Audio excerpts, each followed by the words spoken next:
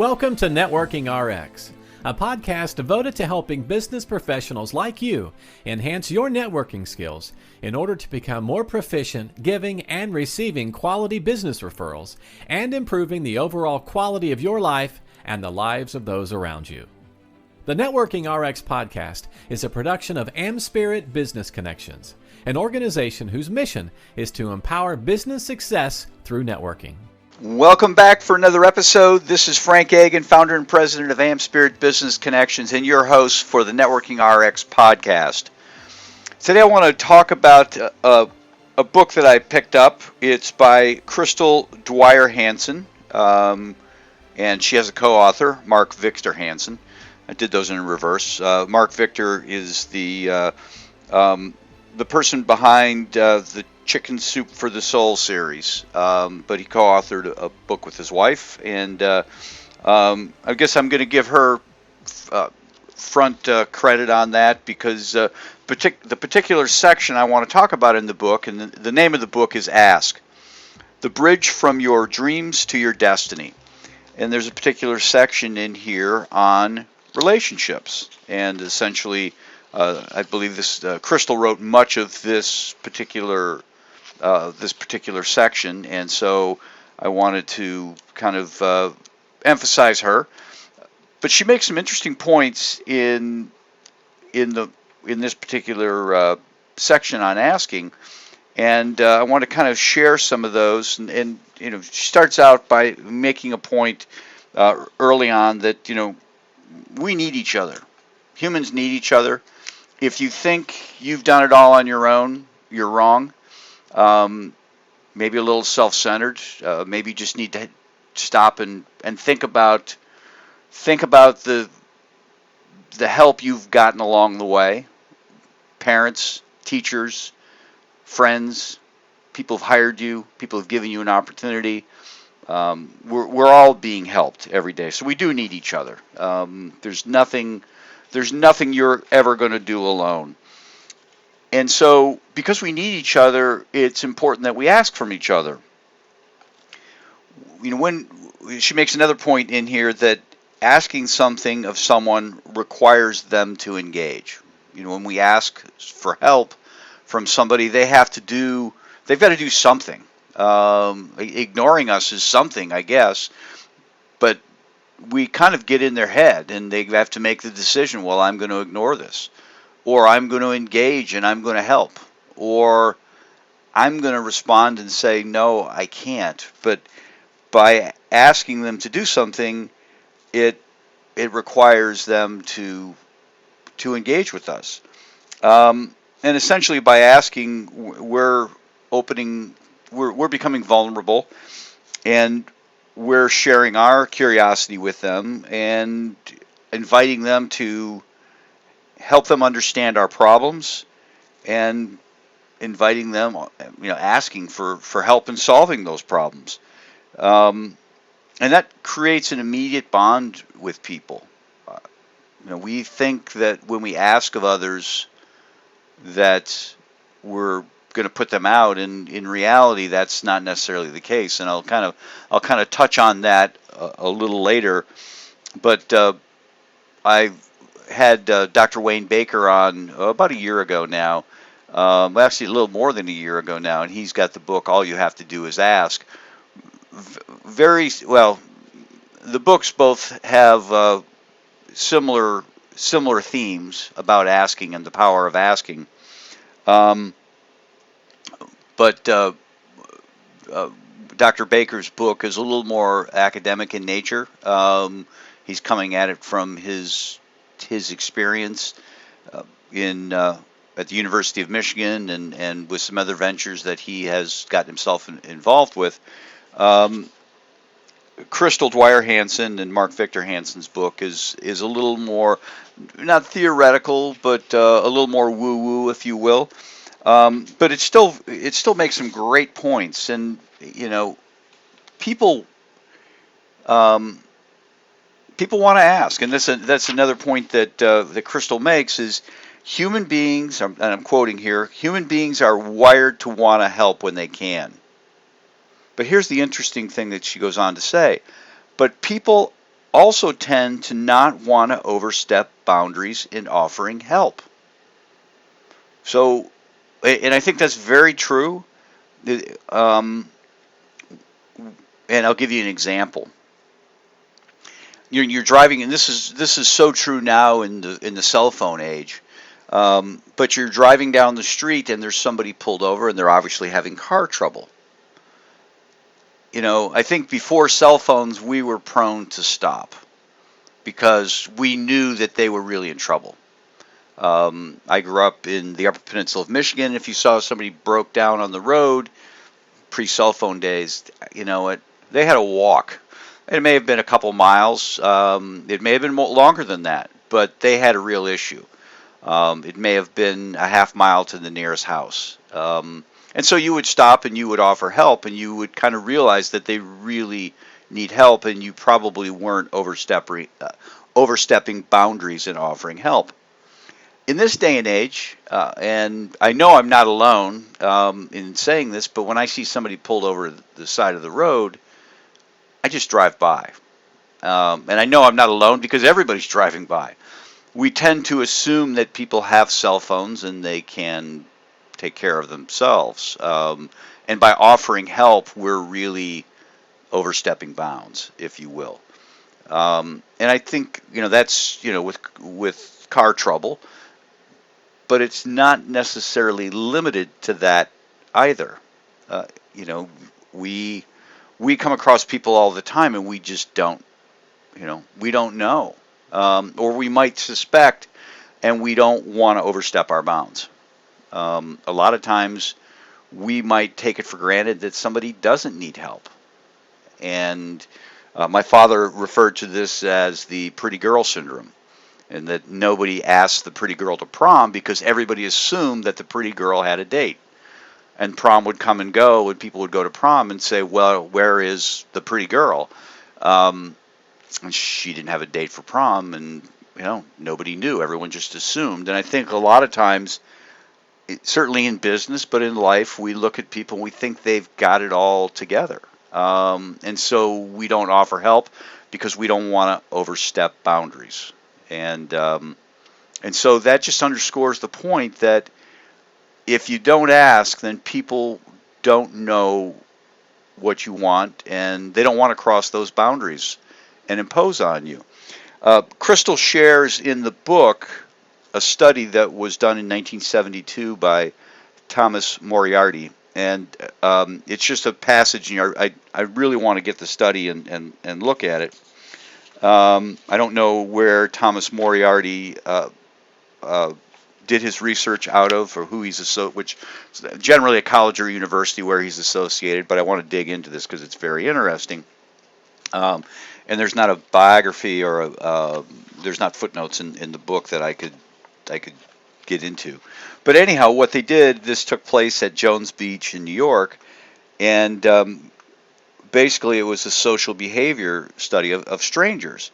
And what they did was they had a beach blanket set out there that was unattended, and they left a radio on it. Now, 1972 is pre-boombox, right? Small little transistor radio. Not a great possession per se in the modern world, but back in the day, that's how you listen to music. You turned into a radio station. You went to the beach, and you had your batteries, and that's how you entertained. And they left it unattended. There was somebody there, and they left the radio there, and they left it unattended to go to the bathroom or whatever. And then they had one of the another researcher just go up and steal the radio. So you had person A there who was at the blanket, and they would leave the radio unattended, and then researcher B would come along and steal it. It doesn't really say how they went about doing it. But in that situation, only one of 5 people intervened to say, hey, well, wait a minute here, is that your radio? 20% of the people would intervene. But if they did one simple thing, 95% of the people would intervene. And all they had to do was researcher A, before he or she left the blanket, was simply say to a stranger, ask a stranger, would you please keep an eye on my things while I leave? I've got to go to the bathroom or whatever. Got to go use a payphone. 1972, there were payphones. 95%. So it jumped from 20% to 95%. I can totally see that. I might be sitting there and seeing somebody take that radio and thinking, okay, there's some, researcher B is somehow associated with researcher A. I guess in the real world they are. But in the context of the study, they're not. So it just goes to show you the power of asking. And that when we ask people, specifically ask somebody, you next to me, looking them right in the eye, would you please keep an eye on my radio? They are going to be that much more likely to intervene. And I've been at airports where people have, somebody has left a bag, and, nowadays, post 9/11, you want to let somebody know, hey, listen, I'm coming back. And so you'd say, hey, would you keep an eye on my stuff? I'm going to go to the bathroom real quick. And it can be a hassle to take all your carry-on luggage away from a seat that you've had to wait to get in the waiting area, in the boarding area, and go to the bathroom and then come on back and then try and find another seat. So people will leave the stuff behind. And people who have said to me, hey, listen, would you watch my stuff? I find myself watching their stuff. I mean, not staring at it per se, but I have agreed to do something, and I feel like I have an obligation to keep an eye on it. And so anyhow, just the power of asking. Crystal goes on in the book, and this whole book, this is really about relationships and how this particular section, and it's a small section on relationships, but there's a treasure trove of information here on the power of asking, the ways of asking, and how it can build. So I'm certainly not going to. I'm not giving the book away by any stretch of the imagination. Go buy the book. Again, Ask, The Bridge from Your Dreams to Your Destiny, with Crystal Dwyer Hansen and her husband, Mark Victor Hansen, who is the best-selling author of the Chicken Soup for the Soul series. But in here, she goes on with, she says, there are endless scenarios that present wonderful asking opportunities. And so she gives some examples. Business colleagues who ask how they can better support one another. A friend who asks for true insight into a difficult problem. A corporate executive who asks for feedback to solve problems and become a better leader. A husband and wife who ask each other to see and affirm the good in one another. A neighbor who asks another neighbor to watch over their home. My wife and I had to make a quick trip down to go see our daughter, who's relocated to Louisville, Kentucky. It was going to be it's a 3-hour drive, but it's going to be a quick overnight trip. And thankfully we did, because our van broke down. But at any rate, we were bringing my daughter's stuff. We just asked our neighbor, could you keep an eye on our dog? They were happy to do it. And certainly have asked us many times. The politician who gets face to face with constituents to ask what truly matters to them. The colleague who asks a friend or colleague to help launch a business idea. So there's lots of things that we can ask for. I mean, you don't want to be putting people on the spot. You don't want to be asking for the moon. People don't want to. They want to help you. They want to help you so you can solve your problems. They don't want to give you a fish. They want to teach you how to fish. And those are the types of things that they really respond to. And Dr. Wayne Baker talks about that in All You Have to Do Is Ask. He draws a distinction and references research that they've done, that when people are,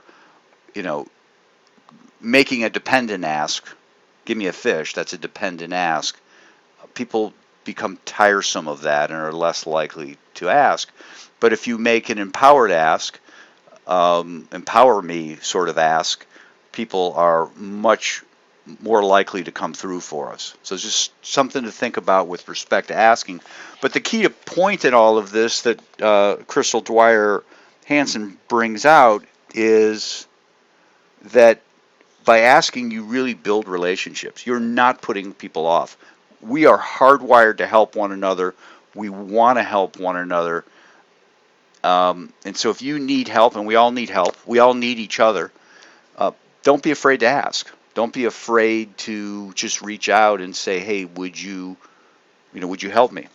And along those lines, I'm going to make an ask. I'm expanding AmSpirit Business Connections across the country through franchising. And so if you know of an entrepreneur, business owner, professional that seems to really enjoy networking, they appear well connected, somewhat involved with the chamber or perhaps in professional networking organization, LaTip, BNI, that would be a great person for me to meet. I would certainly appreciate an introduction to them.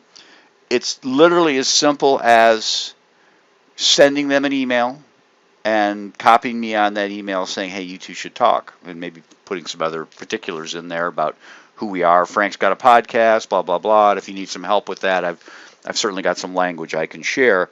But that helps me not sell a franchise. I'm not looking to sell a franchise to that person.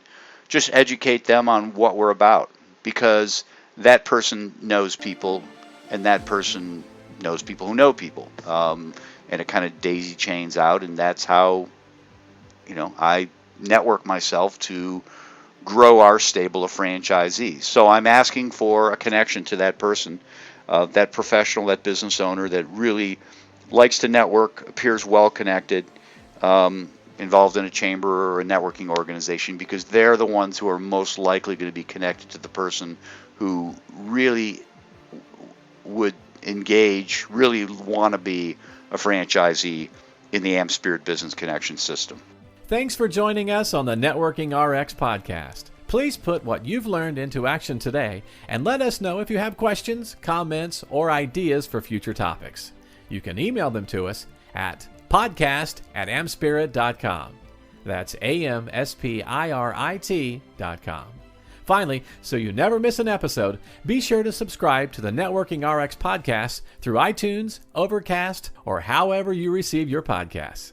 Now get out and network with someone.